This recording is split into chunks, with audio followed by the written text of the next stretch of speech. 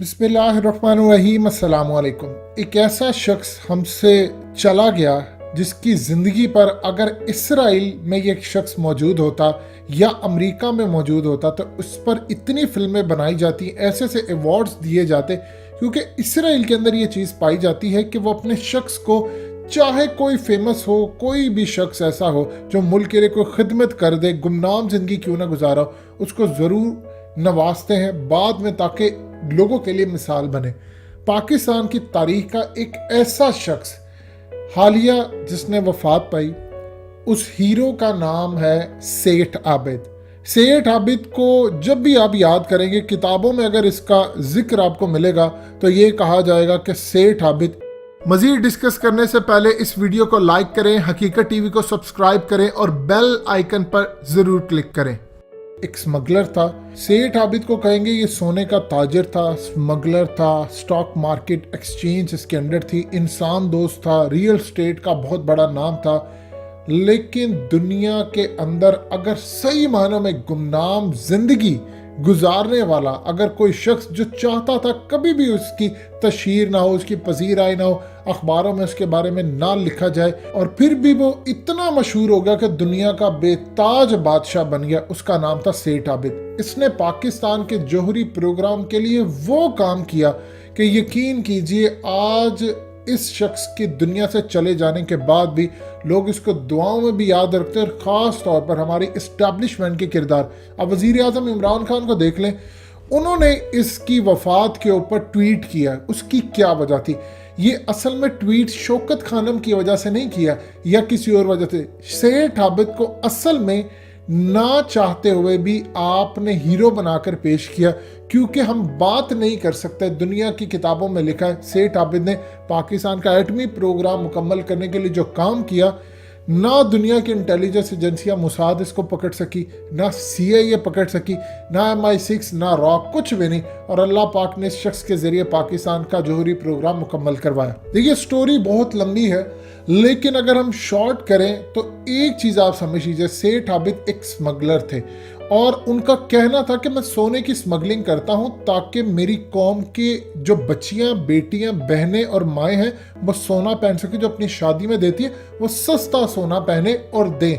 ना कि वो महंगा सोना खरीदे। ये वो हमेशा कहा करते थे, कहते इसीलिए मुझे सोने का स्मगलर कहा जाता है। सूरत हाल ये पैदा हुई कि ये एक बहुत बड़े स्मगलर थे और इन्होंने पाकिस्तान के लिए कब से काम शुरू किया। देखिए जब ज़ियाउल हक से पहले भुट्टो का दौर था तो जुल्फ़कार अली भुट्टो ने आकर इनके एसेट्स पर कब्जा कर लिया, इनके खिलाफ पूरी एक कैंपेन चल रही थी, इनको गिरफ्तार किया, काफ़ी सारे मामलात रहे। सूरत हाल क्या हुई उस वक्त? सूरत हाल ये पैदा हुई कि जनरल ज़ियाउल हक का जब दौर आया तो उस वक्त पाकिस्तान के इंटेलिजेंस इदारों के पास ये रिकमेंडेशन आ चुकी थी कि पाकिस्तान को टुकड़े टुकड़े करने के लिए एक नई खेल और नए गेम का आगाज़ हो चुका है। वो नया खेल क्या था? ज़ियाउल हक को पता था चंद साल पहले पाकिस्तान टूटा है, पाकिस्तान अलग हुआ, बांग्लादेश बन गया और ये तमाम चीज़ें बनी। अब मज़ीद सोवियत यूनियन आकर चढ़ गया, क्योंकि सोवियत यूनियन आज का जो रशिया है, इन्होंने असल में आना था गर्म पानियों तक रसाई हासिल करने के लिए, तो ये अफगानिस्तान पर आए थे, अगला इनका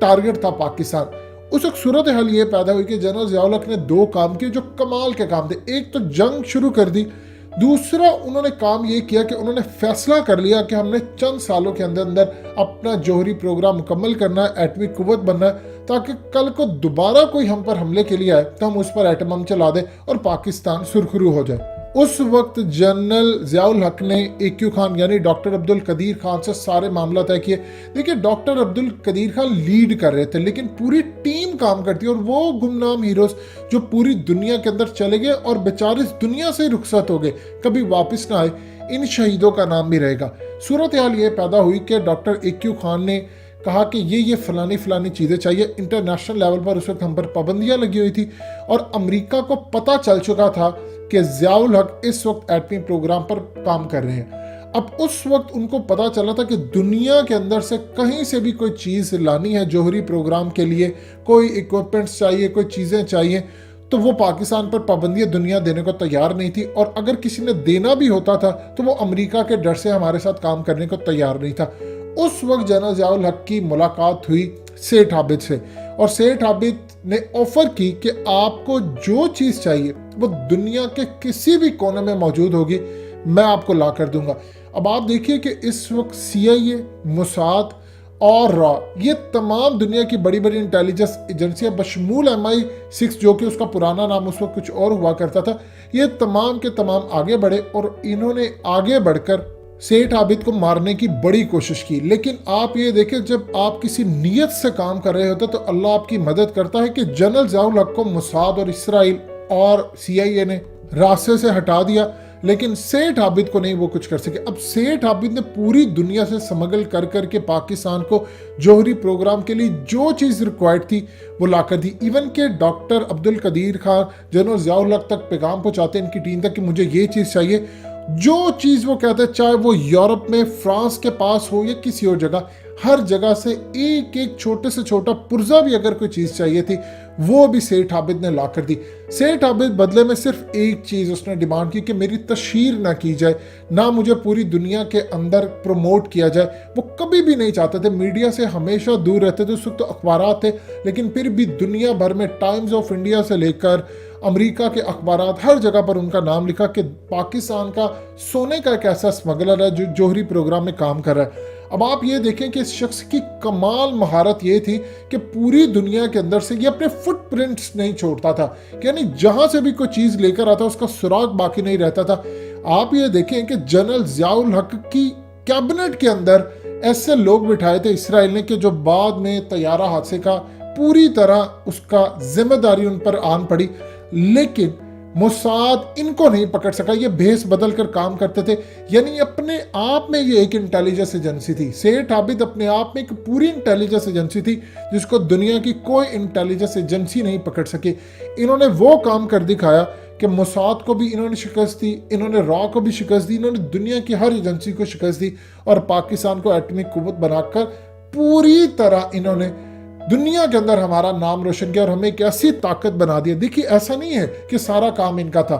لیکن اس میں ہر شخص نے اپنا کردار ادا کیا۔ اس میں ضیاء الحق نے کردار ادا کیا، ڈاکٹر AQ خان اور ان کی جو ٹیم تھی سائنٹسٹ کی، دن رات انہوں نے کام کیا اور اس صورتحال کے اندر جنرل ضیاء الحق اپنی زندگی کے اندر ہی ایٹمی پورا پروگرام مکمل کر چکے تھے۔ وہ الگ بات ہے کہ جب دنیا بھر کا پریشر آیا اور معاملات ہوئے تو پاکستان نے اس کا تجربہ کر کے اپنے آپ کو ایٹمی قوت بنا لیا، لیکن ضیاء الحق کے دور میں ان کی جو دھمکی تھی انڈیا کے پرائم منسٹر کو کہ ہمیں پتہ ہے کہ اسرائیل اور تم لوگ سب مل کر حملہ کرنے والے ہو، یاد رکھنا اگر ہم پر حملہ ہوا تو ہم یہاں سے میزائل چلا دیں گے ایٹمی، تم بھی مارے جاؤ گے، ہم بھی مارے جائیں گے، سب کچھ تباہ ہو جائے گا، لیکن امت مسلمہ قائم رہے گی، ہندوؤں کا نام لینے والا کوئی نہیں ہوگا، کیونکہ پاکستان اگر وجود میں نہیں رہے گا تو اور بہت سارے اسلامک کنٹریز وجود میں رہیں گی۔ اسی لیے انہوں نے پوری دنیا کے اندر پہلے بتا دیا تھا کہ ہمارے پاس ایٹمی میزائل بن چکا ہے۔ اب دیکھیے کہ امریکن ہمیشہ پوچھتے ضیاء الحق کو تو وہ کہتا میں نے تو بنا ہی نہیں رہا، میں نے تو بنایا نہیں۔ یہ کمال ان کی پالیسی تھی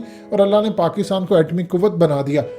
اب سیٹھ عابد نے اصل میں نہ تو کبھی کسی سے کوئی سیٹ مانگی، آج کے دور کے اندر آپ دیکھ لیں اپنا کوئی بلیک پیسہ وائٹ کرنے کے لیے نہ وہ سینٹ کے چیئرمین بنے، نہ وزیر اعظم کی کرسی تک پہنچے، حتیٰ کہ اسٹیبلشمنٹ کو وہ ایک دفعہ کہتے تو ان کو اٹھا کر پرائم منسٹر بنا دیا جاتا، لیکن وہ ہمیشہ کہتے تھے کہ میں گمنامی کی زندگی جینا چاہتا ہوں۔ اسی لیے انہوں نے کبھی آپ دیکھیں منظر عام پر وہ آئے ہی نہیں، اور آج جب وہ دنیا سے رخصت ہوئے ہیں تو پوری قوم کی دعائیں ان کے ساتھ ہیں، اور یاد رکھیے گا اللہ پاک ان کی اسی کام کی وجہ سے بخشش کر دے گا جو انہوں نے پاکستان پر احسانات کیے۔ اس جیسا شخص شاید دوبارہ پیدا نہ ہو، لیکن تاریخ ان کو یاد کرے گی کہ جب دنیا بھر کی انٹیلیجنس ایجنسیاں دو لوگوں کے پیچھے پڑی رہی اور دونوں کو نہ مار سکی، ایک کا نام جنرل حمید گل اور دوسرا سیٹھ عابد، اور دونوں طبعی موت مرے اور اس دنیا سے رخصت ہوئے، اور تاریخ ان کو ہمیشہ برے القاب سے جتنا مرضی یاد کرتی رہے۔ پاکستان کا یہ ہیرو تھا، ہے